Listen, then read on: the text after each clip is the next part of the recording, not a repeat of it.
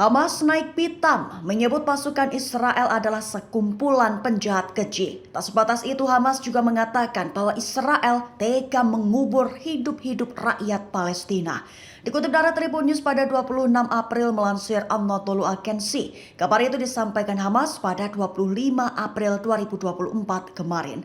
Perlu diketahui, kemarahan Hamas ini mencuat buntut ditemukannya kuburan massal di rumah sakit Nasser di Khan Yunis.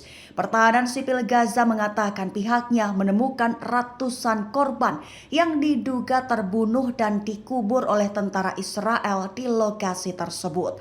Bahkan kuburan massal itu ditemukan di 3 lokasi sekaligus.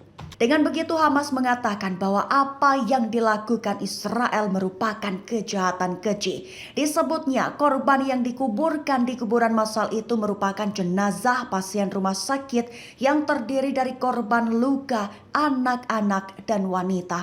Hamas mengindikasi bahwa para korban yang meninggal itu menjadi sasaran penyiksaan dan kebrutalan Israel.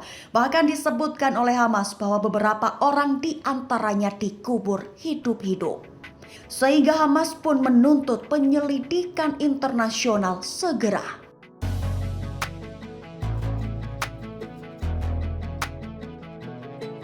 Israel dicemooh dengan sebutan hanya punya mental pembunuh, suka mengingkari janji dan berbohong. Tak sebatas itu, Israel bahkan saat ini disebut sudah berada dalam situasi pemusnahan kedua di muka bumi.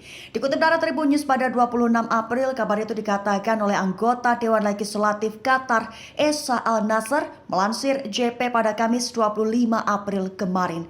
Essa Al-Nasser mengatakan cemoohan itu saat berbicara di sesi Liga Arab dan mendapat tepuk tangan meriah. Tak sebatas itu, entitas Zionis disebut menjadi sebab utama belum tercapainya kesepakatan pertukaran sandera dengan Hamas. Padahal tujuannya hanya demi terciptanya gencatan senjata dalam perang Hamas Israel di jalur Gaza.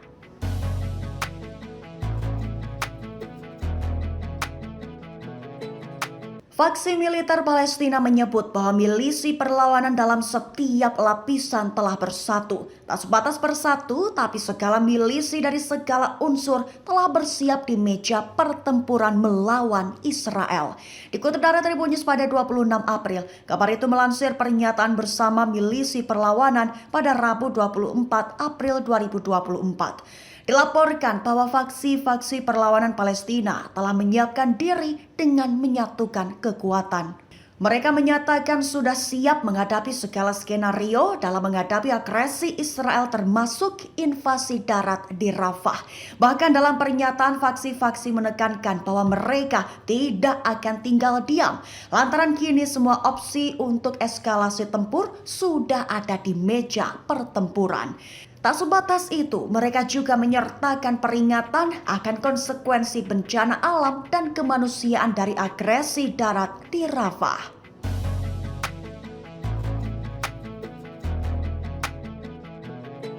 Hamas dilaporkan berpotensi rujuk dengan Tentara Nasional Palestina (Fatah). Namun syaratnya jika Palestina diakui sebagai sebuah negara.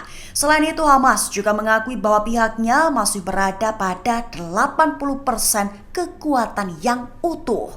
Dikutip dari Tribun News pada 26 April melansir AP, kabar itu disampaikan oleh pejabat senior Hamas Khalil Al-Hayya pada Kamis 25 April 2024 kemarin. Selain rujuk dengan Partai Fatah, ia juga menyatakan bahwa Hamas bersedia bergabung dengan Organisasi Pembebasan Palestina dan membentuk pemerintahan bersatu untuk Gaza dan tepi barat. Pihak Hamas menekankan hal itu akan terjadi hanya jika negara Palestina berdaulat penuh dengan teritorial perbatasan sebelum tahun 1967 dan kembalinya pengungsi Palestina sesuai dengan resolusi internasional. Lebih lanjut, Hayya menegaskan bahwa kekuatan tempur Hamas cenderung masih kuat. Dia menegaskan bahwa 80% kekuatan milisi Hamas masih utuh, terlepas dari klaim yang dilontarkan IDF yang menyatakan bahwa baris pertahanan terakhir Hamas hanya tersisa di kota Rafah.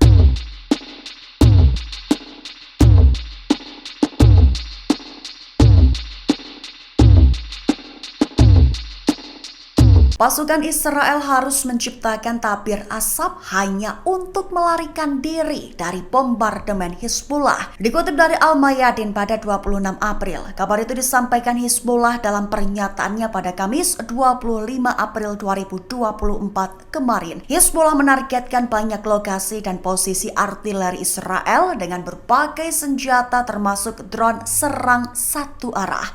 Akibatnya Israel sampai menciptakan tabir asap untuk menarik korban jiwa dari pihak mereka. Sementara itu, juru bicara Israel mengumumkan adanya baku tembak antara Hizbullah dengan tentaranya. Sementara juru bicara tentara Israel menggambarkan insiden keamanan itu sebagai sangat sulit. Perlu diketahui awalnya Hizbullah menargetkan IDF di sekitar situs militer Al-Dairah. Operasi itu menggunakan senjata roket yang tidak ditentukan dan menghasilkan serangan langsung. Kemudian Hizbullah menyerang barak Zibden, Israel di peternakan Sheba yang diduduki dan memberikan serangan langsung ke sasaran. Selain itu yang paling menonjol, Angkatan Udara tak berawak perlawanan melakukan operasi melalui serangan satu arah pesawat tak berawak menargetkan markas artileri Ein Margaliot. Drone tersebut berhasil mencapai sasarannya, menandai keberhasilan serangan udara Hizbullah lainnya. Kemudian sore harinya setelah memantau secara cermat dan menindaklanjuti pergerakan musuh, artileri Hizbullah langsung menghantam pasukan Israel saat memasuki pos Al-Malikiyah.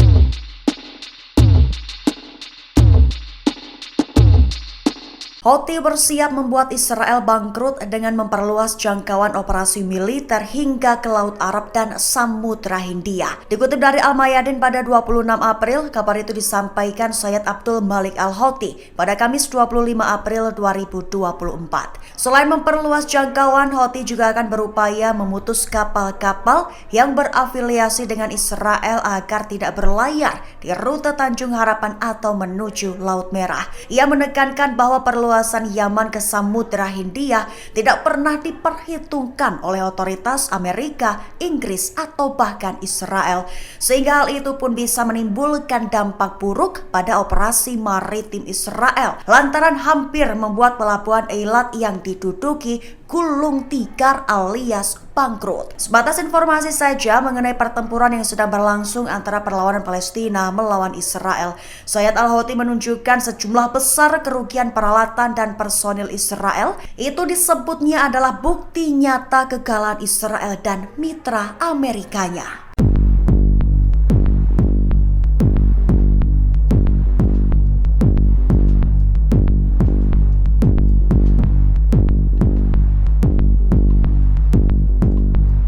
Download Tribun X sekarang, menghadirkan lokal menjadi Indonesia.